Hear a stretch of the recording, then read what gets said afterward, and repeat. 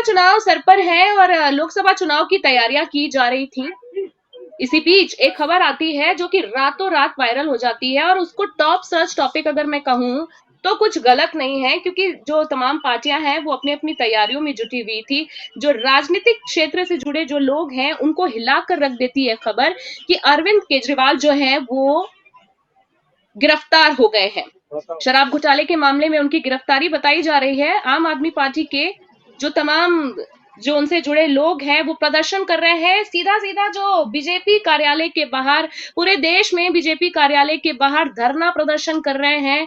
तरह तरह के प्रदर्शन जो हो रहे हैं, आपको बताना चाहेंगे कि लंबी 2 घंटे की पूछताछ के बाद कल अरविंद केजरीवाल को उनके घर से गिरफ्तार कर लिया गया था। ईडी का पहले ईडी ने सम्मन भी भेजा था, उसके बाद छापा मारा गया, उनसे पूछताछ जारी की गई, उनसे पूछताछ हुई और काफी कुछ इस पूछताछ में सामने आया है। जो हमारे 2 मेहमान जुड़ चुके हैं, एक बार मैं फिर से आप लोगों को बताना चाहूंगी। संजीव प्राशर जी जो कि एडिशनल डायरेक्टर हैं न्यूज़ 21 के, दीपेंद्र नरूका जी। तो सबसे पहले आप दोनों का मैं स्वागत करती हूँ और संजीव प्राशर जी, सीधा मैं आपके पास आना चाहूंगी और आपसे जानना चाहूंगी कि जनता का सवाल है केजरीवाल से कि आखिर क्या हुआ तेरा वादा, क्या कहना चाहेंगे इस पर? मैडम, बिल्कुल आपने जो आज का जो लाइव टॉपिक रखा है, जो लाइव पे अपन बात कर रहे हैं केजरीवाल की गिरफ्तारी का। मैडम, 12 साल पहले जब इस पार्टी का आम आदमी पार्टी का जो है वो उदय हुआ, तो आंदोलन से निकली हुई पार्टी थी और आंदोलन से ही केजरीवाल जी ने ये भारतीय जनता से वादा किया था कि वो भ्रष्टाचार को बिल्कुल सहन नहीं करेंगे। और उन्होंने ही कांग्रेस के अगेंस्ट में जितने भी भ्रष्टाचार के आरोप लगाए, आज खुद वो भ्रष्टाचारी अभी साबित नहीं हुए हैं, लेकिन डेफिनेटली मैडम आज कल की जो इनकी जो गिरफ्तारी है, वो एक जो है वो जी। आम आदमी पार्टी के लिए एक कलंक है। मैं तो कलंक इसलिए बोलूंगा हम्म। कि कोई भी आदमी जो देश में अपनी जीविका आराम से चलाता है, जिसको ना ईडी का डर है ना सीबीआई का डर है, अगर आपको बिल्कुल कहीं बिल्कुल। ना कहीं अगर आपको लगता है कि सीबीआई और ईडी उसके पीछे हैं, तो ऐसा हो ही नहीं सकता कि वो कहीं ना कहीं जो है इसके बीच में इन्वॉल्व ना हो। तो केजरीवाल जी पिछले बिल्कुल। नवंबर से भाग रहे थे। 9वें समन के बाद में केजरीवाल जी की कल, जी इवन दो बिल्कुल। उन्होंने सारे दांवपेच लगाए, इवन दो वो हम्म। उच्च न्यायालय तक भी गए और उच्च न्यायालय ने जब उनकी अग्रिम जमानत, इवन अग्रिम जमानत तो उन्होंने ली ही नहीं, क्योंकि वो जानते थे कि अग्रिम जमानत अगर जैसे ही हाईकोर्ट द्वारा रिजेक्ट होती है, उसी वक्त ही ईडी एक्टिव हो जाएगा। उन्होंने अग्रिम जमानत को ना लेते हुए इस चीज पे जो है वो अपनी एप्लीकेशन लगाई हाई कोर्ट में कि अगर ईडी उनसे ऑनलाइन मुलाकात कर ले और ईडी उनसे जो है वो पूछताछ ऑनलाइन करने के बाद में गिरफ्तार ना करे। मैडम, क्या देश जी। में कोई भी न्याय तंत्र इस तरह की परमिशन देगा कि आप अभी अपराधी हुए ही नहीं है, जी। उससे पहले आप एंटीसिपेशन बेल मांग रहे हैं? तो ये एक जी। ऐसी बात थी जो आश्चर्यचकित कर रही थी। मतलब ऐसा लग रहा था जैसे कि कोई, मतलब आप कानून से ऊपर अपने आप को सिद्ध करने की कोशिश कर रहे हैं। तो अंत में वही जी। हुआ, जी। क्योंकि यस जी मैम। संजीव जी। जी मैं दीपेंद्र जी के पास आना चाहूंगी। दीपेंद्र जी, ये पूरा मामला कल से बहुत ज्यादा हाईलाइटेड है। आज देखा जाए तो पूरे न्यूज चैनल्स बोले या तो आज बीजेपी कार्यालय, देश के अलग अलग जगहों पर बीजेपी कार्यालय है, वहां पे प्रदर्शन हो रहे हैं, रोडों को जाम किया जा रहा है। आम आदमी पार्टी के जो भी तमाम लीडर्स हैं वो धरना प्रदर्शन कर रहे हैं। जगह जगह से विचलित कर देने वाली तस्वीर मैं कहूंगी, क्योंकि लोकसभा चुनाव ने सर पर आ गए हैं, उसके बीच ऐसी खबरें, तो ये कोई राजनीतिक षड्यंत्र इसको बोले, ये क्या कुछ कहा जा सकता है? दीपेंद्र जी, मैं आपकी राय जानना चाहूंगी। दीपेंद्र जी, आप मुझे सुन पा रहे हैं?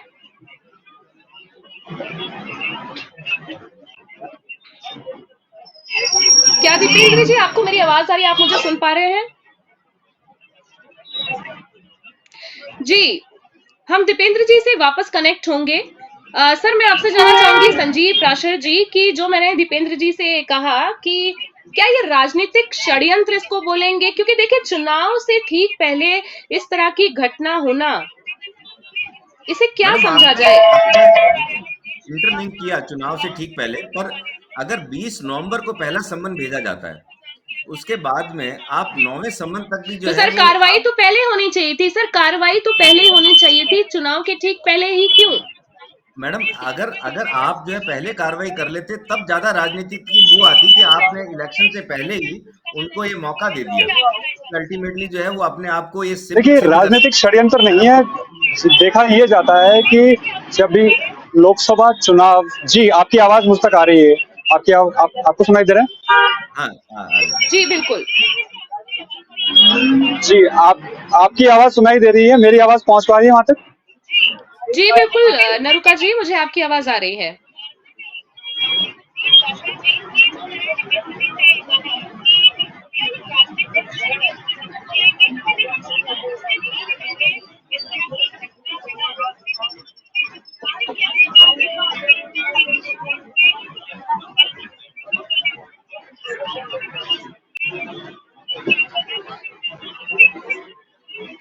रुका जी तक आवाज नहीं पहुंच पा रही मैडम शायद। जी, टेक्निकल इशू की वजह से कई बार ऐसी चीजें होती रहती हैं। तो उन्होंने हमारा सवाल सुन लिया था वो। नरुका जी, आप मुझे सुन पा रहे हैं? दीपेंद्र जी, आप कुछ माफी चाहूंगी, संजीव जी आप कुछ कह रहे थे। मैडम, मैं यही कह रहा था कि आपको आज इस न्यायपालिका को अल्टीमेटली अगर किसी भी आदमी को पहली बार में गिरफ्तार कर लिया जाता है, उसमें भी क्वेश्चन आ जाते हैं कि आपने बिना सुने हुए, बिना वर्जन के, और ऑलवेज ईडी ये कह रही थी कि हम एक बार आपसे आपको आपको बुला रहे हैं और आप आइए। 2 बार बुलाया, 3 बार बुलाया, 4 बार बुलाया, 9 बार बुलाने पर भी कोई भी आदमी प्रशासन से, कानून से ऊपर नहीं है। और अगर 9 बार बुलाने पर टाइमिंग इस तरह का आ गया कि इलेक्शन की डेट डिक्लेयर हो चुकी है, तो इसमें मुझे नहीं लगता मैडम कि कोई मेलाफाइट इंटेंशन हो। और जहाँ तक धरनों की बात हो रही है, जहाँ तक आपकी प्रदर्शन की बात हो रही है, देश जो है जी। वो एक इस तरह का कंट्री है जहाँ हर एक आदमी को अपने व्यूज को रखने की आज़ादी है। और अल्टीमेटली तो कानून और सुप्रीम कोर्ट और हाई कोर्ट जो फैसला देता है, अगर हम उसको भी चैलेंज करने की बात करते हैं, कहीं ना कहीं मैडम ये ऐसा संभव हो नहीं पाता। कोर्ट से ऊपर आप कोई तक नहीं है। आवाज पहुंच पा रही है रितिका? मैं दीपेंद्र जी के पास वापस आना चाहूंगी। दीपेंद्र जी, क्या आप मुझे सुन पा रहे हैं?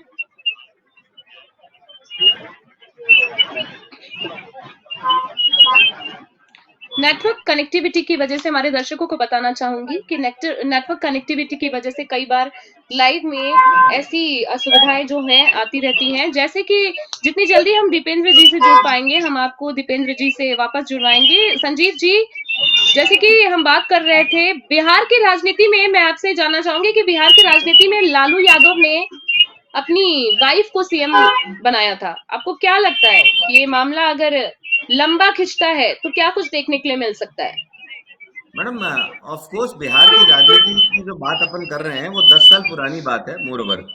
और ये जो सर है वो, बात मैडम, और ये जो है अभी झारखंड मुक्ति मोर्चा वाली जो जेएमयू की सरकार थी, उसमें भी प्रिडिक्टेड था कि उनकी वाइफ जो कि आ सकती हैं। यहाँ पर भी ये कहते हैं कि शायद ये प्रिडिक्टेड है मैडम, लेकिन एक पार्टी जो कि नहीं अपने सर, आप को इस जी, तरह, प्रिडिक्टेड तो आपकी है। आवाज आ मेरा रही है सवाल रितिका, आपसे जैसा कि ये आपने था। पूछा कि क्या मैं ये उसी बात पे आ रहा किसी हूँ, तरह मैं का उसी बात षड्यंत्र पे है? जी नहीं, बिल्कुल ये षड्यंत्र नहीं है। जी दीपेंद्र जी बोलिए।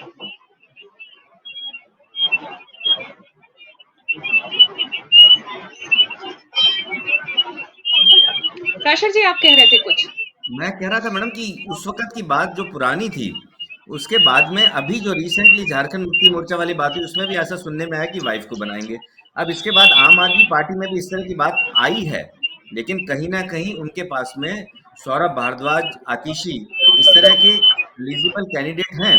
तो आप जो है वो एंटी, आप जो है इस तरह से अगर आप अपनी वाइफ को प्रोजेक्ट करेंगे तो ये एक वापस पुरानी राजनीति की तर्ज पे ही जाएंगे, पर ऐसा मुझे होता हुआ दिखता नहीं है मैडम।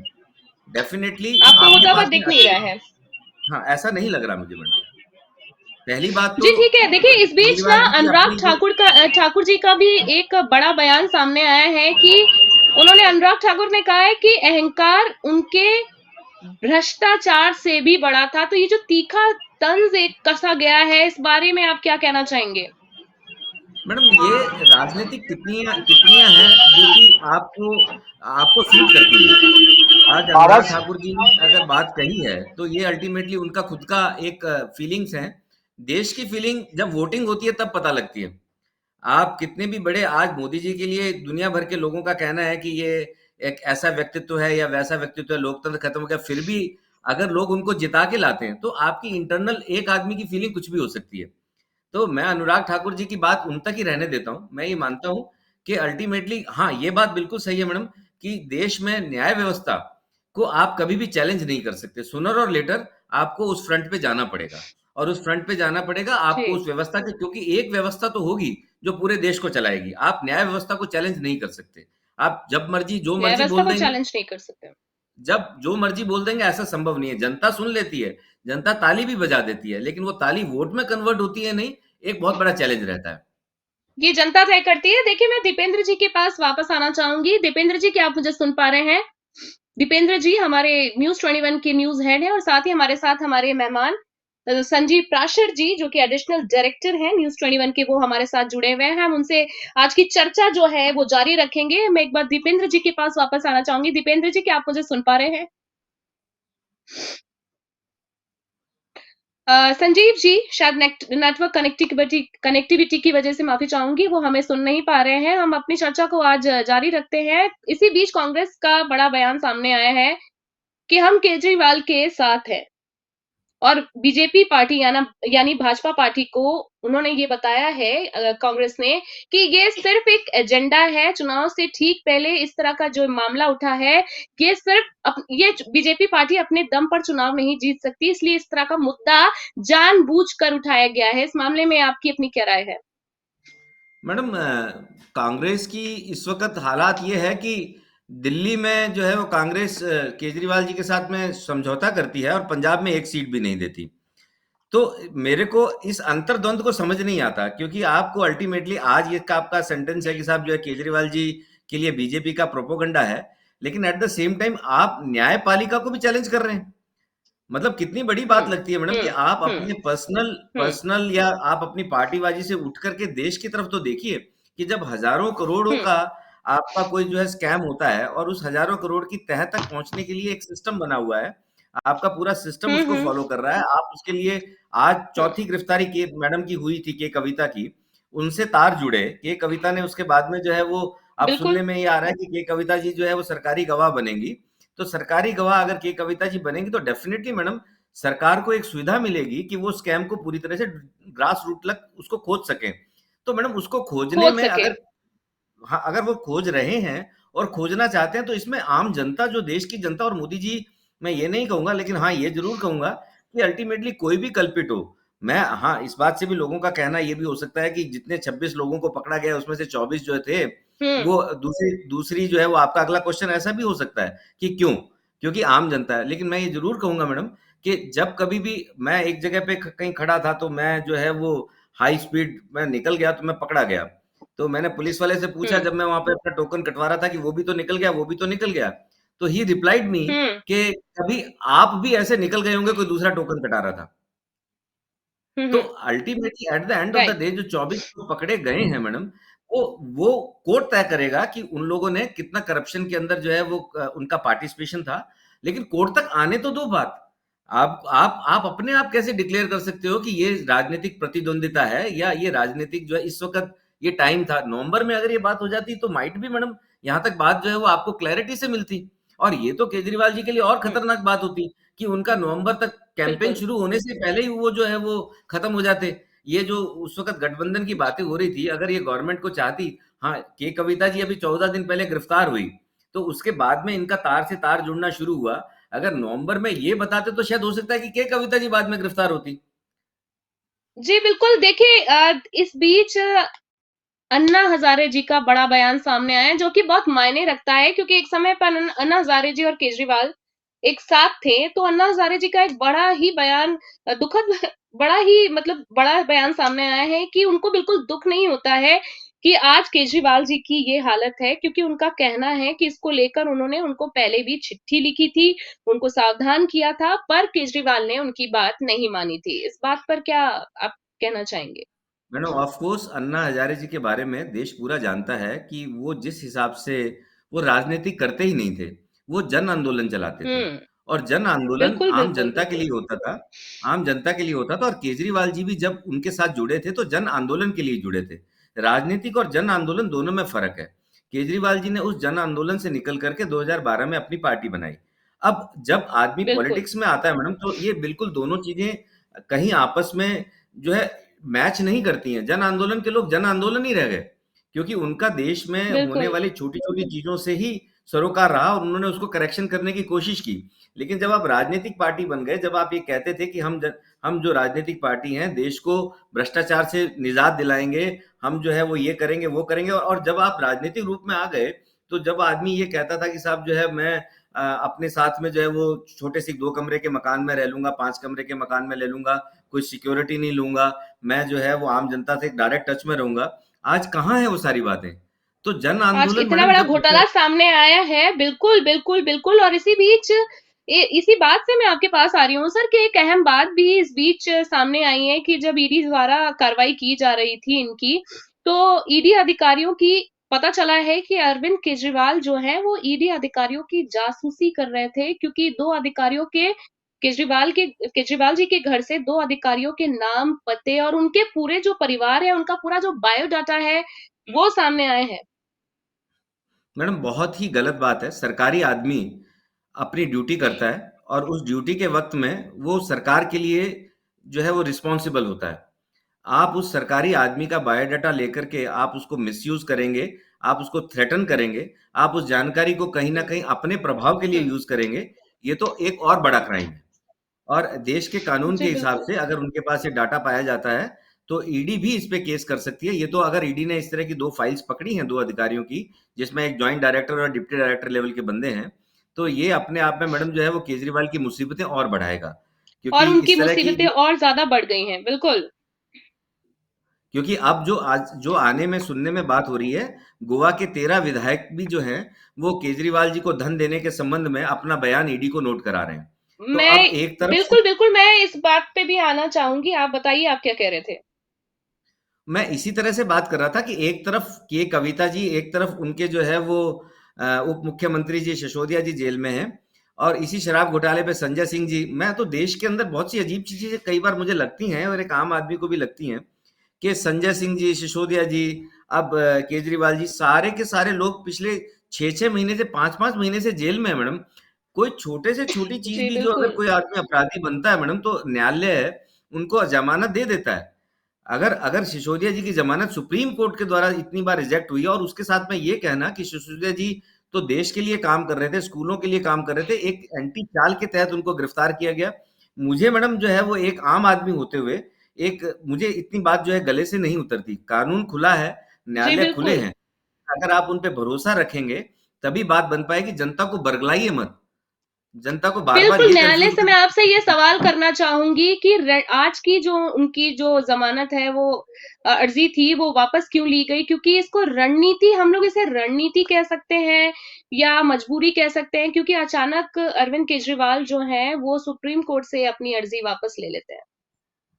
मैडम ये बात तो बिल्कुल सही है कि 2012 में जो आदमी जन आंदोलन से निकल करके मुख्यमंत्री बन गया और वो आईएएस भी था, तो उसके दिमाग का तो कोई हुँ, मुकाबला हुँ, नहीं है। हुँ। तो ऑन द मुकाबला ही बैक नहीं है। साइड मतलब हाँ, मैं तो इस बारे में उनको जो है सैल्यूट करना चाहूंगा कि जितने इंटेलिजेंसी से वो राजनीतिक में कदम रख रहे हैं, वो बहुत अपने आप में मतलब इस तरह के राजनेता जो आपको अच्छे विरोधी की भी जो है वो तारीफ करनी चाहिए कि वो मतलब एक इंटेलिजेंट विरोधी है।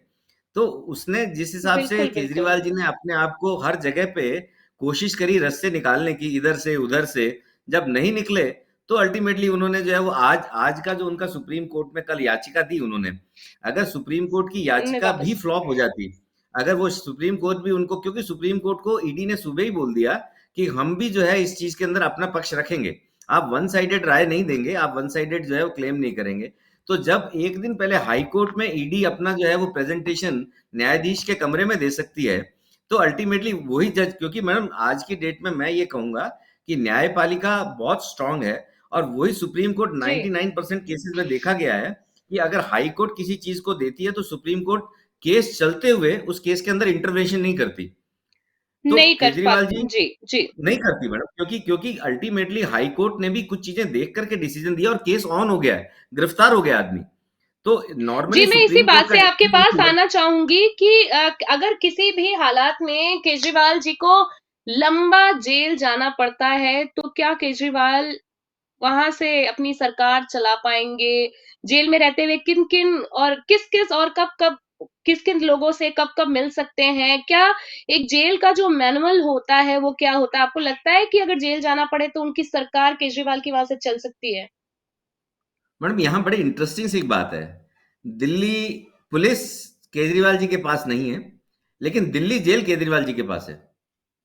तो लेकिन जेल का प्रोटोकॉल ये कहता है कि आपको, और एक बड़ी इंटरेस्टिंग बात पूरे हिंदुस्तान में यह है कि दिल्ली की विधानसभा कभी भंग नहीं होती।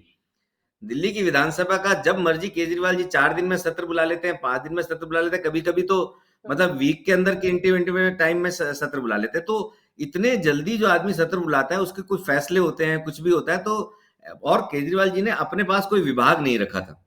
तो आप कितने हम्म। कितने चतुर राजनीतिक प्लेयर हैं कि आपके पास में कोई विभाग नहीं है, आप जो है जब मर्जी सत्र बुला लेते हैं जैसा आपको सूट करता है। तो दिल्ली की हम्म। विधानसभा को जेल से चलाने की जहां तक बात है मैडम, तो अभी शुरू में तो केजरीवाल जी किसी को, मुझे नहीं लगता कि किसी को जो है वो सत्ता देंगे, जेल से चलाएंगे, ऐसा मेरा को लगता है। क्योंकि जब तक चुनाव हम्म। पूरे नहीं होते तब तक उनके जो बंदे हैं वो इसी बात को प्रचार करेंगे कि देखो क्या हुआ। अल्टीमेटली तो हम लोग जो है वो अपना चुनाव प्रचार कर रहे हैं। और आज पंजाब से भी जो है बहुत से सपोर्टर्स आए जिन्होंने बीजेपी कार्यालय को, क्योंकि अब उनको ऐसा लगता है कि एक दो घेराव स्टेट उनके किया। पास है। ऐसा होने वाला नहीं है। केजरीवाल जी 2 साल चला हम्म। लेंगे, लेकिन देखा ये गया है कि जनता का प्रेशर, काम का प्रेशर, दिल्ली की जनता के लिए जो सुविधाएं उनको एक्टिंग आदमी को चाहिए, तो माइट बी ये ऐसा होगा नहीं मैडम। थोड़ी दिनों बाद में उनको ठीक है, देना ही पड़ेगा, जैसे जैसे कॉम्प्लिकेशन बढ़ते जाएंगे। देना ही पड़ेगा। बढ़ने बढ़ते जाएंगे क्योंकि चुनाव एकदम सर पे है। और देखिए, इसी बीच आप आम आदमी पार्टी के जो सांसद है राघव चड्ढा, उन्होंने भी एक बड़ा आरोप लगाया है कि चुनाव से ठीक पहले ही केजरीवाल की गिरफ्तारी क्यों की जाती है। और ये जो उनका मुद्दा है, उनका बयान है, ये आज पूरे दिन से ट्रेंड पर है। मैडम राघव चड्ढा जी बड़े उभरते हुए राजनीतिक खिलाड़ी हैं। क्योंकि ये बात तो बिल्कुल सही है मैडम कि केजरीवाल जी ने जो अपने मंत्रिमंडल में जितने भी लोग डाले, सौरभ भारद्वाज, राघव चड्ढा, हम्म। संजय सिंह, सौरभ इन सबको भारद्वाज, हाँ एक, बिल्कुल, अतिशी। हाँ, हाँ, आतिशी मैडम, ये सब जो है वो एक चीज को अगर केजरीवाल जी शुरू करते हैं तो उसके बाद में इनके द्वारा हम्म। माउथ जो है वो बहुत ज्यादा पब्लिसिटी होती है कि जो भी सेंटेंस वो बोलते हैं वो आगे से आगे ड्रम की तरह से चलती है। तो राघव चड्ढा जी का ये कहना कि इस वक्त चुनाव के समय, राघव चड्ढा जी नवंबर 20 से पहला सम्मन देने के बाद में आज कल गिरफ्तारी हुई हम्म। है। तो अगर आप हम्म। जनता को कोई मैसेज इस तरह का देना चाहते हैं तो मत दीजिए। आप खुद जो है वो विधि विशेषज्ञ हैं, सीए हैं, तो कानून विशेषज्ञ की जो राय है वो ज्यादा फॉलो करें, ना कि विधि विशेषज्ञ। हर जगह पे आंकड़े नहीं चलते, आप हर जगह पे आंकड़े चलाते हैं, आंकड़े नहीं चलते। कानून को अपना काम करने दीजिए। और जहां तक जो है वो आप ये कहते हैं कि ये इस वक्त हुआ, या कोई ना कोई दिन कभी ना कभी तो होता है मैडम। और उस आज हिंदुस्तान इतना ठीक है। बड़ा है, कभी किसी को कभी हम्म। भी गिरफ्तार कर लो, कोई ना कोई चीज तो हिंदुस्तान में हो ही रही होगी। तो आप उससे रिलेट करके ठीक है। कभी भी कह देंगे। जी, मैं एक सवाल पर आपके आना चाहूंगी सर कि ईडी ने एक आज साफ तौर पर कह दिया है कि केजरीवाल जो इस मैटर में, शराब घोटाले में सीधे तौर पर शामिल थे, इसकी पुष्टि भी कहीं ना कहीं हो रही है, क्योंकि 2 बार जो है वो कैश जो है वो ट्रांसफर किया जाता है। एक बार 10 करोड़ किया जाता है, एक बार 15 करोड़ किया जाता है। और पंजाब और गोवा चुनाव के लिए फंडिंग के चलते गोवा चुनाव में 45 करोड़ रुपए का इस्तेमाल हुआ था। मैडम ईडी के पास में कोई ना कोई ठोस सबूत हैं, और ईडी ने कल उसी को बिल्कुल, दिखाते कई हुए हाई बयान जो कोर्ट है में, वो भी बयान भी सामने आ रहे हैं, इसीलिए ईडी ने कल जिससे ये उनको हाई पुष्टि हो कोर्ट रही को है। जब, हाँ, और हाई कोर्ट को भी उन्होंने जब अपनी तरफ से सेटिस्फाइड किया, तब हाई कोर्ट ने जो है वो ये जो केजरीवाल जी को जो है जमानत नहीं दी। तो डेफिनेटली मैडम ईडी के पास स्ट्रांग सबूत हैं। और ईडी, हम्म। ऐसा नहीं है कि ईडी अकेला जो बोल रही है उसको उसको काउंटर करने वाले केजरीवाल जी के पास में अभिषेक मनु सिंघवी जो देश के नंबर 1 वकील हैं, वो भी अल्टीमेटली जो है वो अपना केजरीवाल जी का, मैंने बहुत सी चीजें देखी है मैडम। और मैं एक चीज कहूंगा कि देश का कोई भी वकील हो, बड़े से बड़ा हो, वो कानून से ऊपर नहीं है। कानून जो जो मानता है, आपको बिल्कुल। एक एग्जांपल देता हूँ बिल्कुल। कि बिल्कुल। आसाराम जी जोधपुर जेल में कई सालों से कैद हैं। उनकी जमानत के लिए कपिल सिब्बल जी आए, अभिषेक मनु सिंघवी जी आए, तो क्या क्या हुआ? कुछ नहीं हुआ, जमानत तक नहीं हुई। आज वो 88 साल के हो गए हैं। अगर वो गिल्टी थे, हम्म। कोर्ट ने उनको गिल्टी माना और आज तक उनकी जमानत हम्म। छोड़ करके वो जेल में ही हैं। तो कोई भी जी। वकील हो, बड़े से बड़ा वकील हो, कानून से ऊपर नहीं है। और ईडी को डेफिनेटली टाइम लगा, इतना लंबा टाइम लगा इसको यहाँ तक कॉन्क्रीट लाने के लिए। तो अगर ईडी के पास सबूत होंगे अच्छे, और अभिषेक मनु सिंह भी अगर अपनी तरफ से प्ली कर पाएंगे, ये आने वाला समय बताएगा। लेकिन ये बात सच है कि देखिए आज आने की डेट में, ये जो जी। कुत्ता बिल्ली रेस हो रही थी, sorry to use this word, कि तू आगे या मैं आगे। तो हर बार ये कहना हम्म। कि अगर मैं कल्पित हूं तो मुझे गिरफ्तार करो। आप पुलिस के सामने बोलते हो, आप सबके सामने बोलते हो, तो एक दिन तो ऐसा आता है ना, जब सामने वाला कहता है कि अब मेरे पास में पूरा सामान है, अब मैं तुझे गिरफ्तार करता हूँ। इस तरह की बातें जो बिल्कुल है अगर बिल्कुल हुई हैं, बिल्कुल। तो लास्ट में आते आते तो जी कानून जी अपना जी। काम करेगा। जी, बिल्कुल, क्योंकि काफ़ी सारे इनके ऊपर आरोप लग रहे हैं और एक-एक करके जो लोग हैं वो सामने आ रहे हैं। इनके खिलाफ जो है वो बयान बताए जा रहे हैं, सबूत इकट्ठे हो रहे हैं, ईडी पूरे मशक्कत कर रही है। जैसे कि मैंने कुछ चीज़ें पढ़ी इनके बारे में, जैसे कि इनके पास 338 करोड़ रुपए की जो शराब माफियाओं के इनके पास जो पहुँचे थे आरोपी जो है, जिनके द्वारा ये बयान आया है, उसका नाम महेंद्र बताया जा रहा है, जो केजरीवाल के खिलाफ जिन्होंने बयान दिया और बताया है कि शराब नीति को लेकर मीटिंग जो थी वो केजरीवाल जी के घर पे हुई थी, और जो मार्जिन था, जो प्रॉफिट था, 6% से लेकर 12% तक की जो करने की बात कही गई थी, वो केजरीवाल ने ही इस चीज की मंजूरी दी थी। और सबसे बड़ी बात है, नई आबकारी नीति को लेकर जो कैबिनेट में बैठक हुई थी, वो मुख्यमंत्री ही बुलाते हैं। मैडम, नॉर्मली क्या होता है कि आप कितने भी इंटेलिजेंट हो जाओ, कहीं साइन मत करो, कोई विभाग मत रखो, कुछ मत करो, लेकिन इंडियन जो कानून है वो ये कहता है कि अगर आपके किसी कर्मचारी ने, प्राइवेट जॉब में भी अगर किसी कर्मचारी ने कोई बेईमानी की, कुछ भी चीज किया, तो उसमें जो कंपनी का मालिक है वो भी अल्टीमेटली उतना ही जिम्मेदार है, क्योंकि साफ-साफ आपकी तौर पर सर कंपनी। बयान आया है, समीर महेंद्र द्वारा साफ-साफ तौर पर उसने कबूला है ये चीज़ कि मीटिंग जो थी उनके घर पर हुई थी।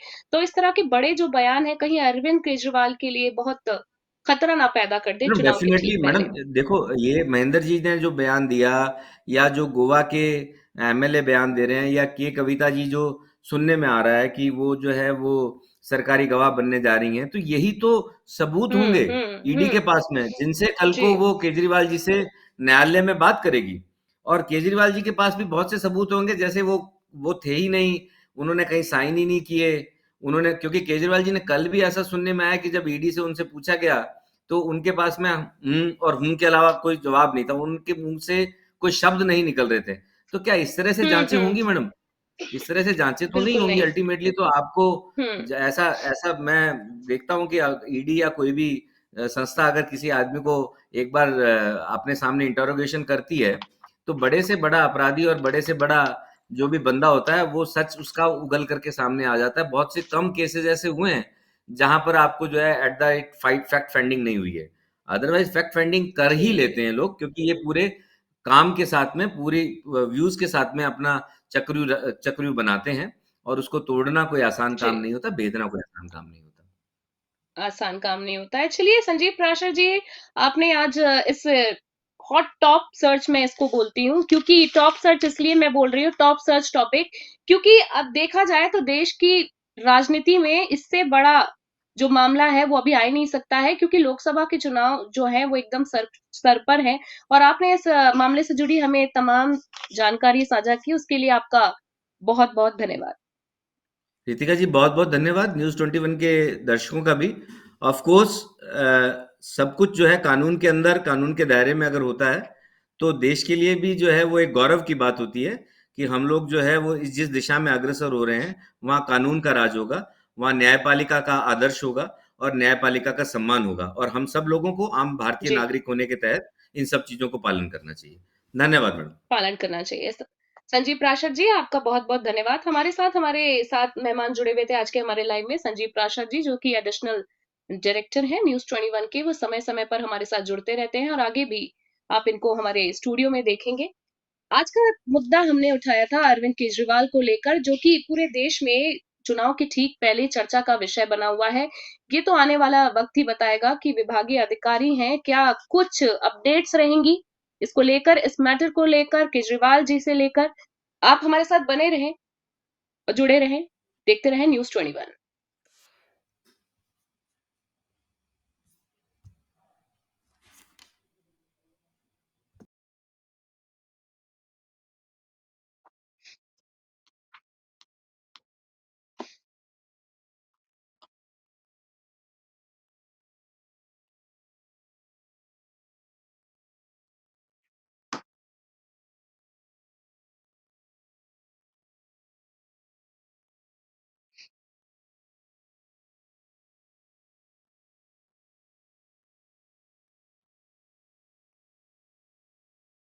खबर अनूपगढ़ से आ रही है, जहां निर्वाचन विभाग और जिला निर्वाचन अधिकारी के निर्देशानुसार प्रशासन और मतदाताओं को निर्भीक और निष्पक्ष तरीके से मतदान करने के लिए प्रेरित किया जा रहा है। प्रशासन के द्वारा समय समय पर स्वीप कार्यक्रम आयोजित कर मतदाताओं को मतदान के महत्व के बारे में बताया जा रहा है। अनूपगढ़ में नगर परिषद प्रशासन द्वारा मतदाता